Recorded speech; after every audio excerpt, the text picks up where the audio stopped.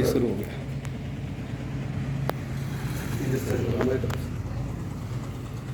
एक बार उद्घोष करेंगे सब लोग, बोलिए जय श्री राम, जय श्री राम, जय जय श्री राम, जय जय श्री राम। राम जन्मभूमि की, जन्मभूमि की जय हो, काशी विश्वनाथ की जय हो।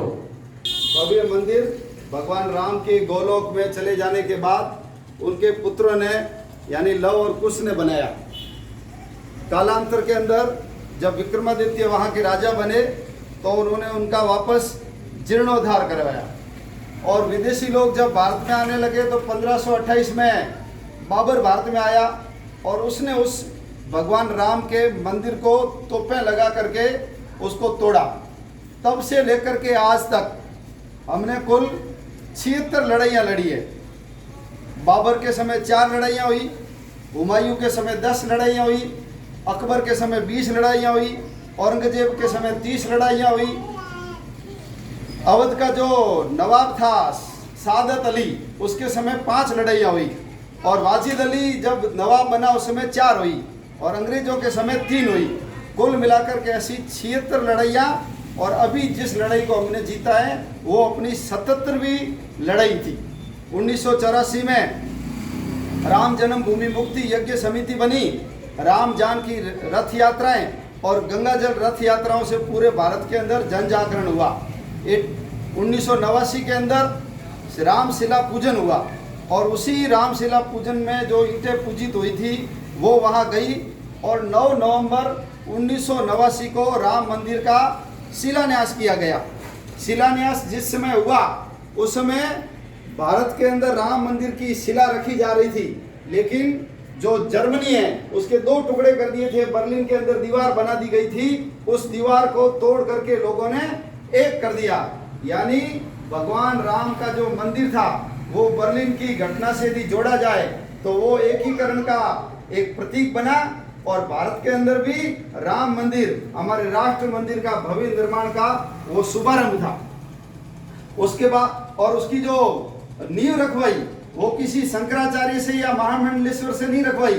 कामेश्वर चौपाल नाम का एक हरिजन, जो जाति का हरिजन था, उस सामान्य व्यक्ति से नींव रखवाई गई और सभी लोगों को यह संदेश दिया गया कि हिंदू समाज के सारे लोग एक हैं।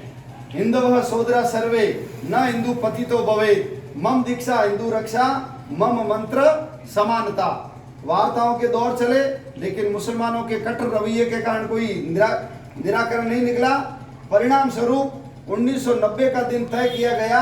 पूरे देश के अंदर राम ज्योति का पूजन हुआ और सब लोगों से आह्वान किया गया कि 30 अक्टूबर 1990 को वहाँ गीता जयंती के दिन पहुँच करके हम कार सेवा करेंगे। लोग पहुँचे, कार सेवा हुई और 2 नवंबर को जो गोलियां चली उसमें हजारों कार सेवक उसमें बलिदान हो गए।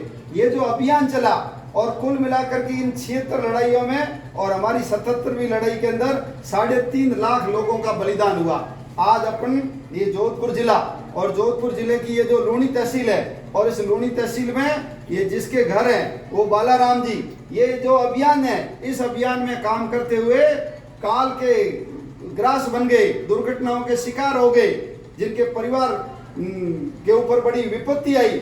ऐसे असंख्य लोगों के बलिदान के बाद आज हम सब लोग भगवान राम के भव्य मंदिर का निर्माण होते हुए देखने वाले हैं। 5 तारीख को इसका भूमि पूजन होगा और उस भूमि पूजन में ऐसे जितने पवित्र स्थान हैं उन स्थानों से वहाँ रज भेजी जाएगी, वहाँ का जल भेजा जाएगा।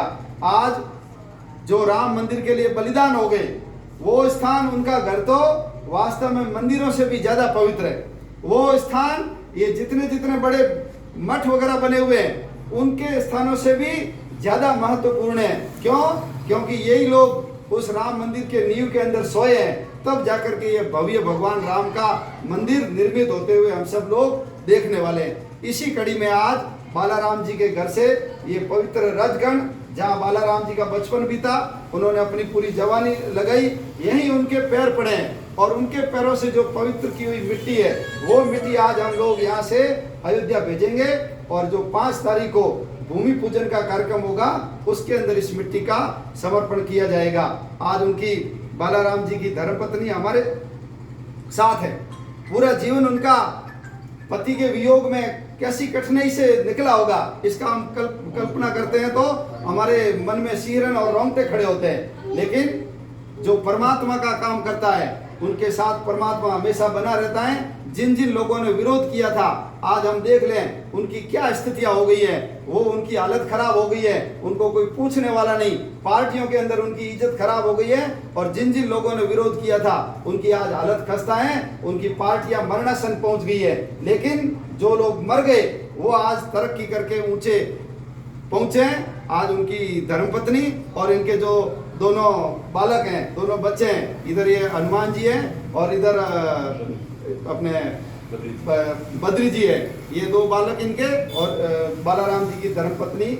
और बालाराम जी का फोटो तो आप लोग देख ही रहे हैं। आज इनके घर से रजकण भेज करके इनकी जो इच्छा थी, इनका जो सपना था, वो बालाराम जी तो स्वर्ग में बैठे होंगे, लेकिन हमारे चक्षुओं से, हमारे नेत्रों से उनका ये जो सपना था, उनकी जो इच्छा थी, जिसके काम के लिए, जिस राम काज के लिए उन्होंने अपने प्राणों की आहुति दी, वो आज स्वर्ग में बैठ करके हमारे आंखों के माध्यम से देख करके बहुत प्रसन्न और खुश हो रहे होंगे।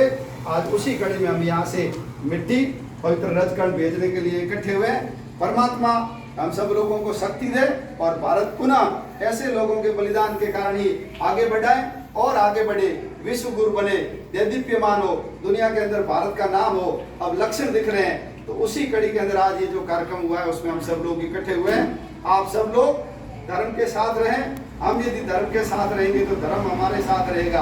हम धर्म की रक्षा करेंगे तो धर्म निश्चित रूप से हमारी रक्षा करेगा। ऐसा ही भाव प्रकट करने के लिए, ऐसा ही संदेश देने के लिए आज इस स्थान से हम इकट्ठे होकर के मिट्टी भेज रहे हैं, जो अयोध्या में काम ली जाएगी। सब लोगों को शुभकामनाएं और ऐसे महापुरुष के चरणों के अंदर प्रणाम।